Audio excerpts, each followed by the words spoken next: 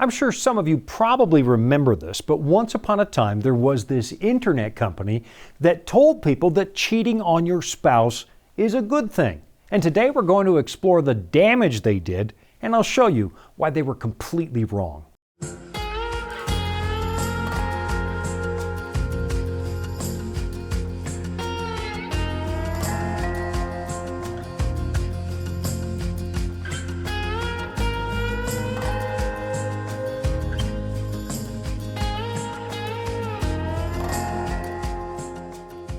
I don't know if you experienced the same kind of disappointment I felt back in the 90s when I realized that somebody had actually created a web-based service that helped people cheat on their spouses on purpose. And in theory, they promised you would never get caught. I mean, don't get me wrong, I live in the real world just like you do, and I have a pretty good grasp on how bad human behavior can be. So it takes a lot to surprise me, but this just felt like a brand new low. Now, if you're struggling to remember, and a part of me hopes that you're struggling to remember this, you've never actually heard of it, but if you're struggling to remember, it was the website ashleymadison.com. And at one point it had well over 30 million users. And I guess that's the disappointing part. There was a massive client base for a really despicable service. I mean, sometimes we have to explore gray zones on this show. We have to ask ourselves where the boundary between right and wrong is. But in this case, we have some really clear black and white issues. I mean, their ad campaign practically screamed the word slimy. They were telling people life is short, have an affair. That was their slogan.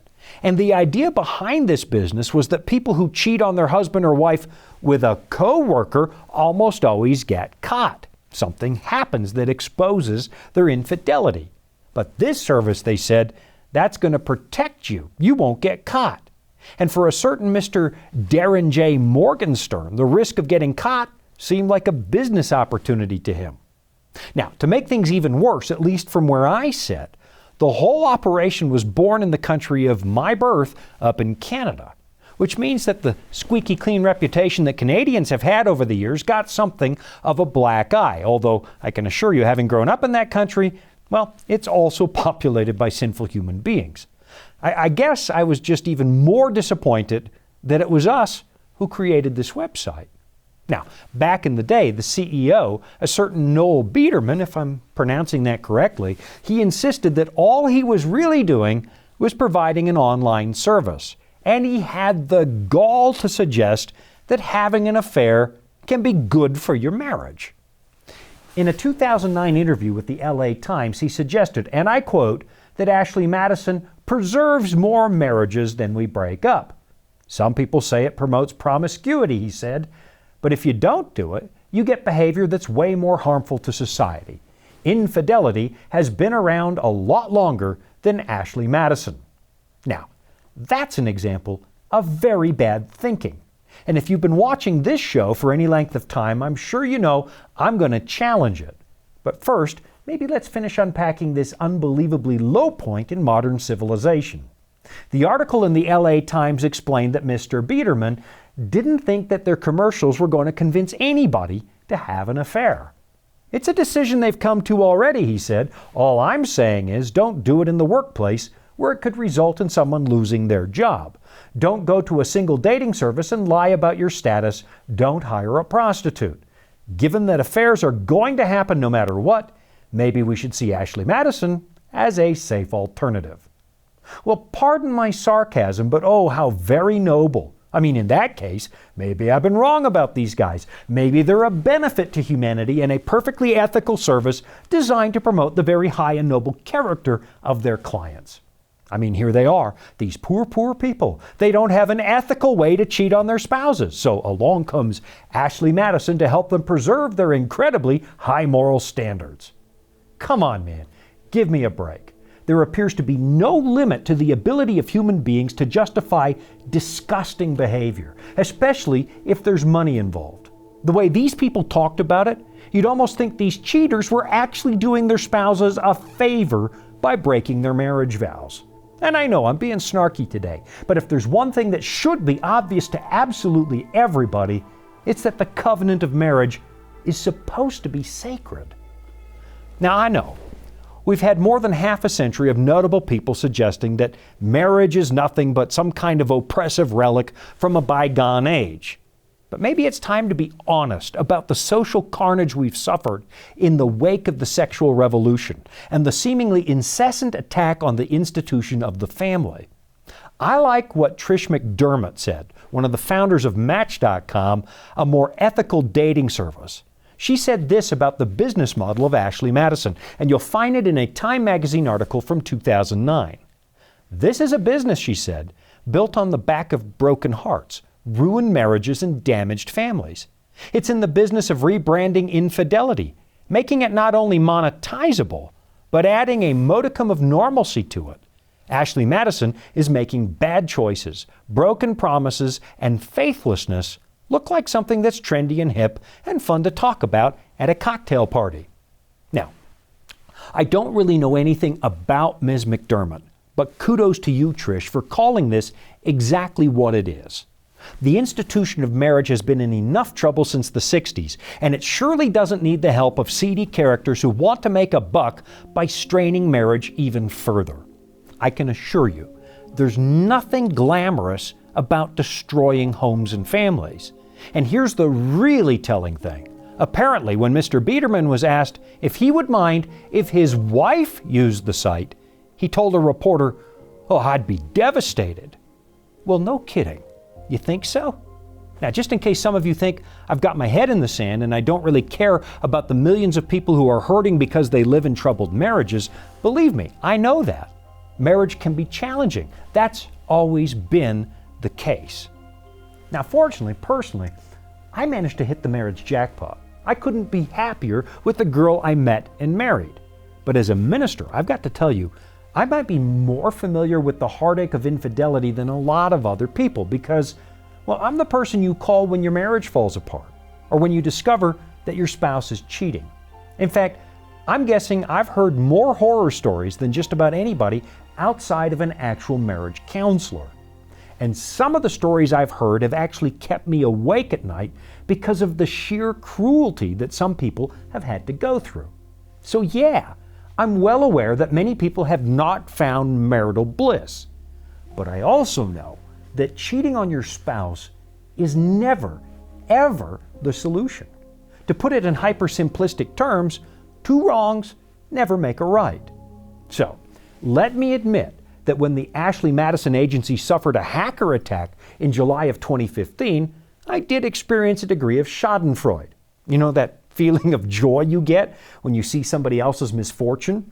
It's not always a good thing, but in this case, I felt it and I'm okay with that. The hacker stole all the customers' information, names, addresses, profile information, along with details about their preferences, and they threatened to post it all on the internet if the company didn't shut down for good. And I know some of you are thinking, should you really be enjoying the misfortune of others? Well, in this case, I'll just admit it, I did. And I can't help but be reminded of that old biblical statement that says, "Be sure your sin will find you out." And as one notable psychologist recently stated, nobody really gets away with anything, ever, at least not psychologically speaking. It's going to catch up to you. All right, it's time for a really quick break, but as soon as we come back, I'm going to explore a very important question. What exactly is wrong with adultery? Did the Ten Commandments get this right? I'll be right back after this. Here at the Voice of Prophecy, we're committed to creating top-quality programming for the whole family, like our audio adventure series, Discovery Mountain. Discovery Mountain is a Bible-based program for kids of all ages and backgrounds. Your family will enjoy the faith-building stories from this small mountain summer camp and town. With 24 seasonal episodes every year and fresh content every week, there's always a new adventure just on the horizon. All right, we're back from the break, and if you're just tuning in, I've been talking about Ashley Madison, an internet service designed to help people cheat on their spouses. You'd think that after the company's data was compromised by hackers in 2015, the company would just die a judicious death. But sadly, that's not what happened. From what I understand, it's still operating from its headquarters in Canada. And if you can believe what it says on Wikipedia, they now have more than 60 million customers in 53 countries. Now, unbelievably, they used to offer a rock-solid guarantee. If you didn't find somebody to cheat with, you got your money back. And maybe they actually did that, but let me tell you what they'll never, ever do for you. They will never give back your dignity, and they sure aren't going to come and help you fix the damage you did to your family or mitigate the shame you heaped on your spouse. Now, from what I understand, that guarantee disappeared in 2016, so now you're completely on your own, which that was going to be the case anyway. Now, let's navigate away from the slime balls who did this and talk about why it's wrong, generally speaking. I'm just optimistic enough to believe that most people still believe that cheating is wrong. And if you've got a religious background, you're probably going to call it sin. And I'd have to agree with that assessment because the Bible clearly states that sin is lawlessness. Or in the language of the Old King James, sin is the transgression of the law. In other words, one of the key definitions for sin is the breaking of God's moral law. And as you likely know, the sin of adultery gets pretty high billing in the second table of the Ten Commandments. But why exactly is it wrong? Today we live in a world where many people seem to believe that if your passions drive you to do something, you should probably just do it. And I've even seen people suggest that if you don't cave into your base animal instincts, you might actually be causing yourself a bit of psychological harm. Their argument kind of runs like this: your passions are a natural part of who you are, so you should probably just give in to them. Now, I've mentioned this on other episodes, but I think we can probably thank Dr. Freud for some of that thinking, as well as Dr. Wilhelm Reich, one of the chief philosophical architects of the sexual revolution of the 1960s. And I guess if you approach the subject of human nature from a purely materialistic point of view, from the position that human beings emerged in the universe by accident, there is no God, well then I guess you could argue they were right. Just follow your passions. But if you're going to do that, then where exactly will you draw the moral line? I mean, just think about this. There are days when you lose your temper, and your animal passions tell you to do unspeakable things when somebody's making you mad. And history has pointed out that would include murdering the person who's angering you. That's the reason that a lot of places have instituted cooling off periods for people who buy guns. You might be able to buy the gun today, but you're going to have to wait before you can pick it up. Why? Well, I guess they're trying to be sure you're not buying that gun in an act of passion. I mean, maybe you just found out that your husband's using Ashley Madison and you're really, really, really mad. And if you actually had a gun at the very moment of discovery, the odds are pretty good you might just shoot him. You see, you don't always want to just follow your animal passions. It leads to disaster. And I think most of us can agree that nobody wants to live in a world where your passions get decoupled from your gift for reason. If all of your neighbors believe that if they want something, they should just take it, I think you'd be tempted to move out of town. We have laws that try to curb our animal appetites. Now, if I'm really honest about it, it kind of feels to me like we're drifting toward a point where things like reason and discourse are becoming our last consideration. And our first thought when we want something is to just demand it, to say it's our right, even up to the point of riots or property damage. But that's probably another topic for another day. So let's get back to the matter at hand, and that's the commandment against adultery. A lot of years ago now, I was getting a haircut at this place in LA, where the gal who was cutting my hair discovered I'm a minister. So she suddenly started to share her ideas about human sexuality. It was kind of uncomfortable.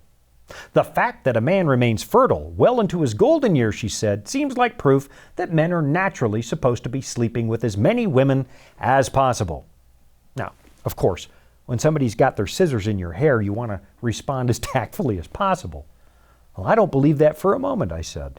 And I know that a lot of people think you're somehow depriving yourself if you don't live by your passions, but personally, I've got to tell you, the opposite is the truth. When you're sleeping around, I told her, you're depriving yourself of something spectacular.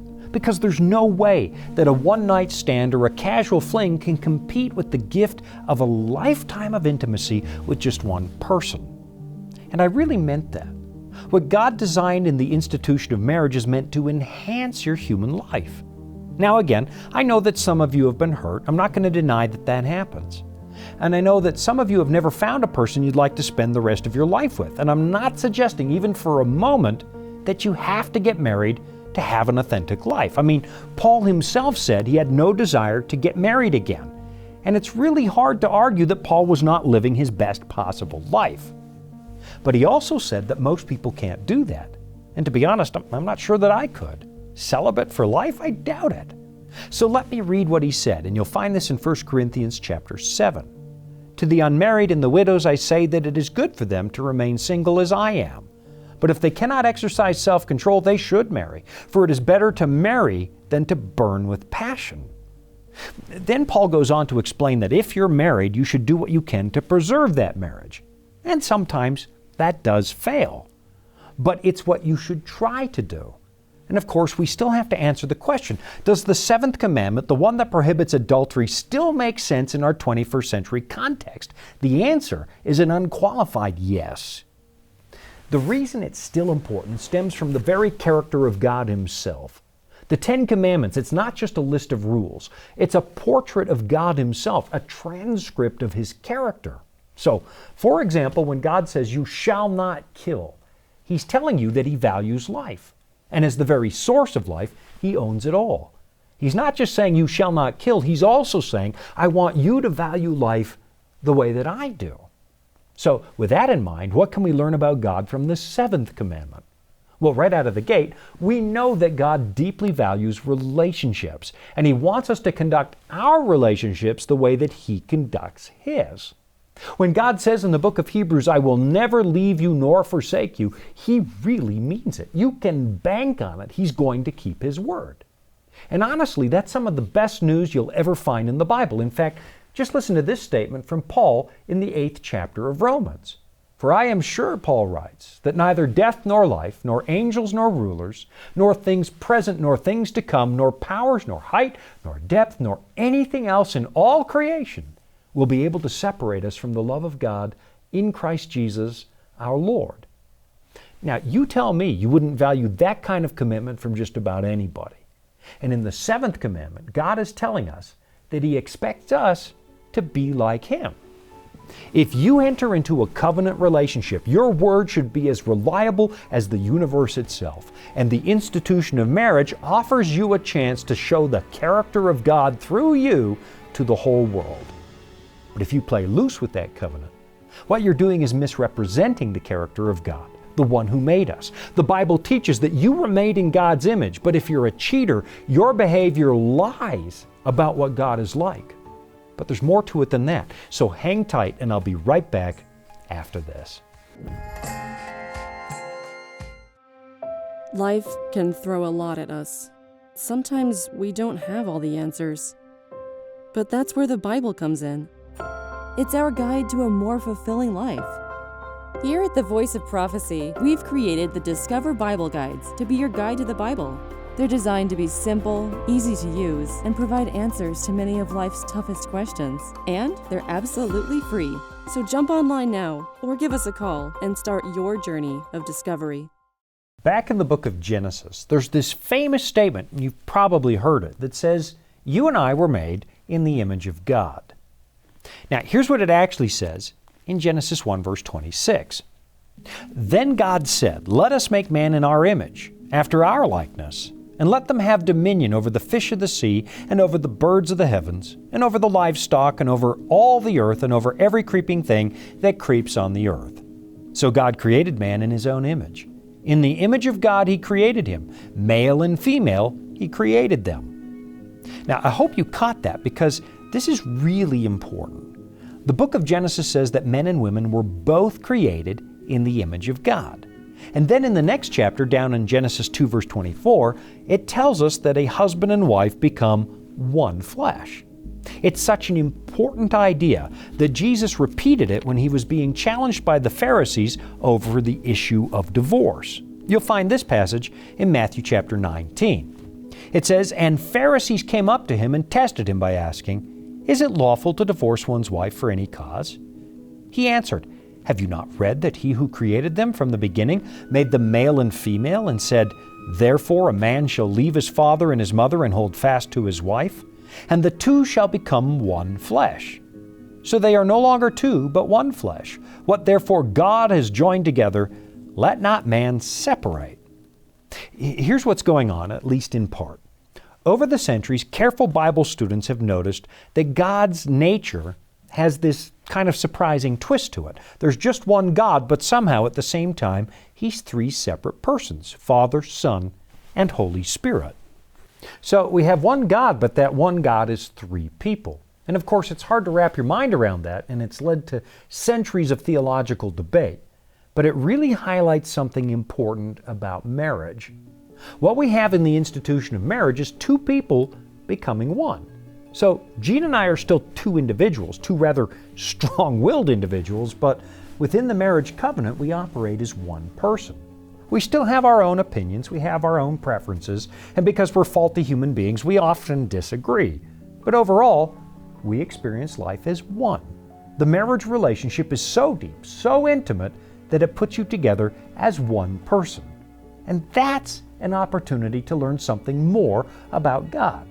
If Jean and I are both made in God's image, then I really need to pay attention to the image of God that's found in my wife, because she's going to show me things about God's nature that I will not discover on my own. I mean, if there's one thing that's obvious to most people, at least until recently, it's the fact that men and women are wired quite differently. Our biology is different, all the way down to our brains and the way we think. So my wife has the ability to show me things about God that I will never see in myself, and vice versa. It's almost as if God divided His image between men and women, so that in order to see God more clearly, you're going to have to live somewhat like He does, more than one person blended into a single unit. Now, I understand full well that that kind of thinking has fallen out of fashion, and we've gotten pretty good at denying the differences between men and women. But my job is not to tell you what the culture says. My job is to tell you what the Bible says. And the Bible tells me that I do not possess the image of God all by myself. And here's what that really means. In a faithful, committed relationship, you have an opportunity to see God a little more clearly. You have the chance, at a really basic level, to experience the universe kind of, sort of, like God does. And in marriage, you've been given the opportunity to know God just a little better. So what does it mean if you cheat? Well, first of all, you're lying about who God is, and then you're destroying a great opportunity to sit in the school of heaven to learn about the one who made you. And just as a side note, when you enter into a lifelong sexual relationship with somebody, you're taking that person's heart into your hands. And God expects you to treat that privilege with reverence. He expects you to reward another person's vulnerability by showering them with the kind of love that God would give them. We know for a fact that sexual relationships are tied to something distinctly biological. When you're that intimate, your body generates a hormone known as oxytocin, the so-called love or trust hormone. It's actually the same substance that nursing mothers produce when they're feeding their children. And it's one of the key reasons that the bond between a mother and a child is so incredibly powerful. So in other words, your body actually generates a physical response to the intimacy of marriage. It produces this chemical bond. And when you violate that trust, you're not just causing emotional carnage, there's a physical component too. In fact, I sometimes wonder if that's the reason Paul suggests that sexual sin is different from other kinds of sin. And I'll show you that verse as soon as we come back from this really quick break. Dragons, beasts, cryptic statues. Bible prophecy can be incredibly vivid and confusing. If you've ever read Daniel or Revelation and come away scratching your head, you're not alone. Our free Focus on Prophecy guides are designed to help you unlock the mysteries of the Bible and deepen your understanding of God's plan for you and our world. Study online or request them by mail and start bringing prophecy into focus today. Tragically, the Christian church that Paul established in the city of Corinth became something of a moral mess. Because after all, Christians are just as faulty as anybody else. And among other things, these people were breaking the seventh commandment.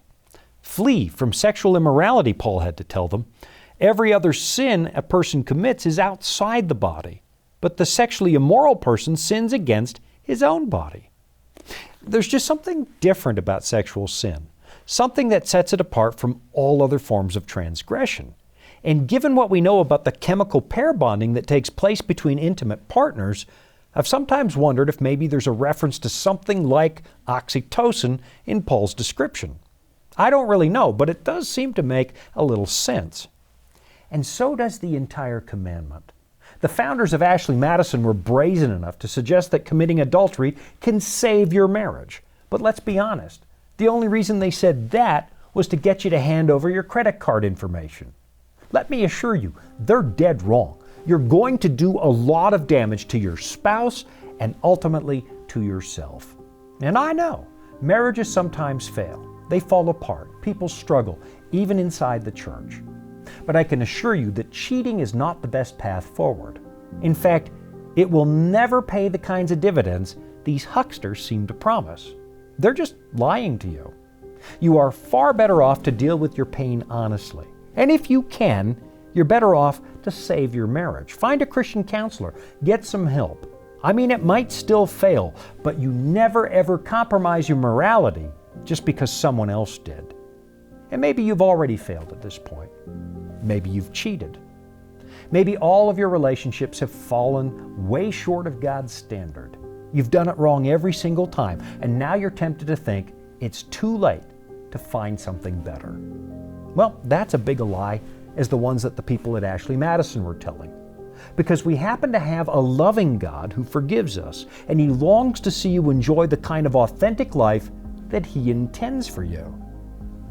Absolutely nobody, apart from Jesus Himself, has lived the kind of life that God can smile about 100%. But that doesn't mean that God has given up on you. I mean, just listen to this, a statement written by a man who broke the seventh commandment. He wrote, "For you, O Lord, are good and forgiving, abounding in steadfast love to all who call upon you." Now, if you don't really know where to start, head on over to BibleStudies.com. You'll find an amazing free course that you can do yourself in the privacy of your home, and it will help you find a deeper relationship with a God who wants to love you the way you've always hoped that you could be loved. Thanks for joining me this week. I'm Shawn Boonstra. This has been another episode of Authentic. Hey, thanks for watching Authentic. Would you be willing to do me a favor? Like, subscribe, and drop a comment. That really does help the algorithm put Authentic in front of more people. And it's free. So go ahead, like, subscribe, and comment. Thank you.